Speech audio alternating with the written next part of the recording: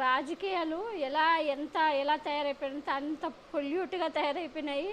నిజంగా అంటే రాజకీయాల్లో ఇక్కడ అంటే భార్యాభర్తలు, అన్న, తమ్ముడు, అక్క అక్క చెల్లెన్లు, అన్న చెల్లెన్లు ఏమి ఉండవనమాట. రాజకీయం అధికారమే అనుకుంటారు. అధికారం మరి ఏం తెస్తుందో ఏమో తెలీదు గానీ, ఈ అధికారం కోసం కోట్లు ఖర్చు పెట్టుకుంటారు. ఇప్పుడు మా వైఎస్ఆర్‌సీపీ పార్టీ మా వైఎస్ఆర్‌సీపీ పార్టీనే కానీ మా వైఎస్ఆర్‌సీపీ పార్టీ ఎమ్మెల్సీ దువ్వాడ శ్రీనివాసు టెక్కల్లో పోటీ చేస్తున్న విషయం తెలిసిందే. ఆయన భార్య పోటీగా నిలబడతా ఉందంట. మరి ఇది ఏంటో వీళ్ళ కుటుంబంలో విషయాలన్నీ ఎందుకు ఇది వీళ్ళిద్దరి వల్ల మళ్ళీ మా పార్టీ ఎక్కడ దెబ్బతింటుందో అని ఒక పక్క కార్యకర్తలు భయపడుతున్నారు. వీళ్ళ కుటుంబ సమస్యలు ఏదైనా ఉంటే ఇంట్లో మాట్లాడుకోవాలి కానీ కూర్చొని వీళ్ళ వల్ల ఎక్కడ జగన్ ఒక ఎమ్మెల్యే సీటు దెబ్బతింటుందని భయపడుతున్నారు కార్యకర్తలు. దీని మీద 2-3 రోజుల నుంచి మీడియాలో చెప్తూనే ఉన్నారు, దువ్వాడ మీద వాళ్ళ భార్య పోటీ చేస్తున్నారు అని. దీనిపైన ఇప్పుడు టెక్కల్లో ఎమ్మెల్యే అభ్యర్థిగా నిలబడిన ఎమ్మెల్సీ దువ్వాడ శ్రీనివాస్ గారు స్పందిస్తూ ప్రజాస్వామ్యంలో అదంటే ఇది ఒక పెద్ద విచిత్రం అని చెప్పాలి.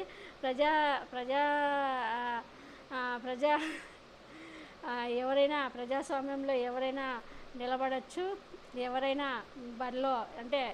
బరిలో దిగచ్చు, ఎవరైనా ఎన్నికల్లో పాల్గొనవచ్చు అంటూ కూడా ఆయనేమో ఈజీగా తప్పించుకున్నాడు. మరి ఇది ప్రజలు ఎలా తీసుకుంటారో తెలీదు. అంటే ఆమె టెక్కల్ నుంచి బరిలోకి స్వతంత్ర అభ్యర్థిగా, అది కూడా మళ్ళీ వేరే పార్టీ కూడా కాదు, ఇండిపెండెంట్గా స్వతంత్ర అభ్యర్థిగా బరిలోకి దిగుతారని ఆమె అది జెడ్పీటీసీ సభ్యురాలుగా ఉంది. ఇప్పుడు ఆమె వైఎస్ఆర్సీపీ నుంచి ఇప్పుడు ఆమె స్వతంత్ర అభ్యర్థిగా మరి ఏమైందో ఏమో తెలీదు, స్వతంత్ర అభ్యర్థిగా దిగుతారని ప్రకటించింది.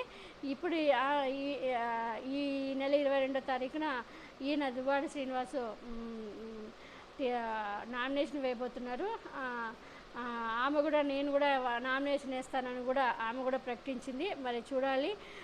మరి తన భార్య వాణి నామినేషన్ ఆయనేమో ఆమె నామినేషన్ వేస్తుందని నేను అనుకోవడం లేదు అంటున్నాడు. మరి చూడాలి వేస్తుందో వేయదో కానీ ప్రజాస్వామ్యంలో ఎవరైనా నామినేషన్ వేసి పోటీ చేసే అధికారం ఉంది, కాదని చెప్పే అర్హత నాకు కూడా లేదు, ఎవరికీ లేదు అన్నాడు.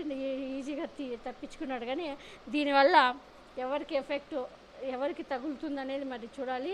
ఎందుకంటే టెక్కల్లో ముందే జగన్మోహన్ రెడ్డి గారు అక్కడ అచ్చెన్నాయుడిని ఓడించాలని చాలా పట్టుదలగా ఉన్నాడు. ఇప్పుడు వీళ్ళిద్దరి మధ్య మళ్ళీ ఎక్కడ ఇది జరుగుతుందంటే జగన్మోహన్ రెడ్డి గారు మళ్ళీ చాలా సీరియస్ అవుతారు. దీనిపైన వాళ్ళ కుటుంబ సమస్యలు ఏమైనా ఉన్నా కూడా వాళ్ళ ఇంట్లో కూర్చొని మాట్లాడుకోవాలి. కానీ ఇట్లాంటి వాళ్ళ పార్టీకి అయితే నష్టం జరగకూడదు. మరి దీనిపైన దువ్వాడ శ్రీనివాసరావు కూడా సరైన నిర్ణయం తీసుకుంటాడనే చూద్దాం. మరి ఆయనేమో 25,000 మెజార్టీతో నేను ఈసారి గెలవబోతున్నాను అంటున్నాడు. మరి చూడాలి ఈ విషయంలో పార్టీ కూడా ఎలాంటి నిర్ణయం తీసుకుంటుందో.